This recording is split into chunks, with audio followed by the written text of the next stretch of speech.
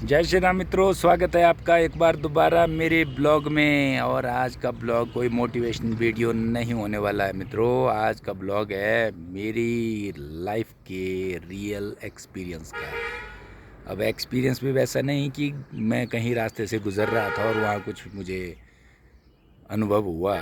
मित्रों, मेरे घर के छत पे ही मुझे आज एक ऐसी चीज़ नज़र आई, तो मुझे लगा इस पे एक ब्लॉग बनना ज़रूरी है। और वो ब्लॉग इसलिए नहीं कि जिन्होंने ये कमी छोड़ी है, जिन्होंने ये गलती की है, उनकी क्रिटिसिज्म के लिए, सिर्फ इसलिए कि मेरे जैसे अगर कभी आपको इस तरह का कोई काम पड़े तो आप कम से कम भी उससे पहले ही अवेयर रहें और आपको ये चीज़ फेस ना करनी पड़े।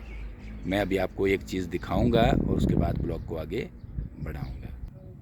ये देखिए मित्रों, चादर को पत्ती के साथ, है ना, एंगल की पत्ती के साथ चादर को लगाया गया है। लेकिन स्क्रू कितना लंबा लगा दिया है? स्क्रू लगा दिया 2.5 इंच का। जहाँ आधा इंच से काम चलना था वहाँ 2.5 इंच का स्क्रू लगा दिया है। अब दोस्तों, अब इस काम को देख करके क्या दुख मनाएं कि हंसें, कि मुझे समझ नहीं आ रहा क्या एक्सप्रेशन होना चाहिए, क्या भाव निकलने चाहिए। सबसे पहले तो मुझे अफसोस होता है उनकी कारीगरी पे जिन्होंने ये काम किया। मैं आपको उसके पीछे की छोटी सी अपनी व्यथा भी सुना दूं।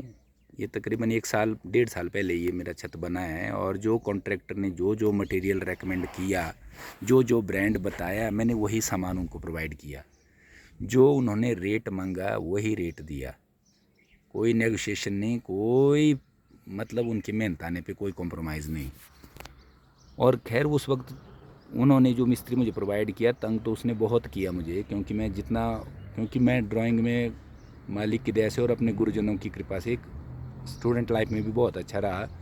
तो जब मैं स्केल का अच्छा माहिर था तो मुझे तो ये सूत, साउल, वाटर लेवल, इन चीज़ों का तो हमेशा विशेष ध्यान रहता है। तो मैंने उनको कई बार टोका भी कि यहाँ ऐसी कमी है, वैसी कमी है, यहाँ वाटर लेवल ठीक नहीं है, या मतलब हर तरह से जो मैंने उनको असिस्ट करने की कोशिश की। लेकिन वो सुनते बहुत कम थे। तो थोड़े दिनों के बाद तो खैर मैंने बोलना ही छोड़ दिया कि भाई चल ठीक है, जैसा तू करना तो कर। कभी जब फाइनल फिनिशिंग होगी तो हो सकता है मुझे ये दोबारा नए सिरे से बनाना पड़े। तो मैं इस हद तक मैंने डिसीज़न ले लिया था। लेकिन उनकी, मैं सोचता था कि जो कमी मुझे दिख रही थी वही थी। लेकिन अब ये इस तरह की कमियां जो मुझे 1.5 साल के बाद दिख रही हैं कि देखो यहाँ क्या कर गए हैं।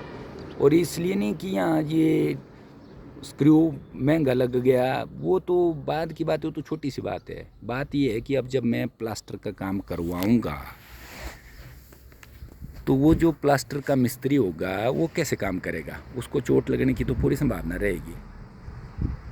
उसको गरमाला और धज्जी घुमाने में दिक्कत आएगी, और अगर ज़रा सा कहीं चूक खा गए तो हो सकता है उनको चोट भी लग जाए। तो वो जो कारीगर जो ये कमी छोड़ गए हैं, जो एक मच्छर को मारने के लिए तोप चला गए हैं, उनकी जो लापरवाही है ये आगे भी भुगतनी पड़ सकती है। तो मित्रों, बस इस ब्लॉग को बनाने का मकसद मेरा ये नहीं था कि मैं उनकी कमी निकालूं और उनकी आलोचना करूं। ये तो छोटी सी बात है। इस ब्लॉग को बनाने का मेरा मकसद इतना ही था कि आप भी अगर इस तरह का काम करवा रहे हैं या करवाने वाले हैं या कभी भविष्य में करवा सकते हैं, तो आप कारीगर को तो मुझे लगता है बहुत ही सोच विचार करके और लोगों से रिव्यू ले करके ही सिलेक्ट करें। क्योंकि लाखों रुपए लगेगा, और कारीगर अगर आपका कहीं क्वालिटी से कॉम्प्रोमाइज़ करेगा और अगर स्किल्ड ना हुआ, नेग्लिजेंट हुआ, तो सारा किया गरा स्वाह कर देगा। ये बहुत ही महत्वपूर्ण एस्पेक्ट रहता है किसी भी कंस्ट्रक्शन का।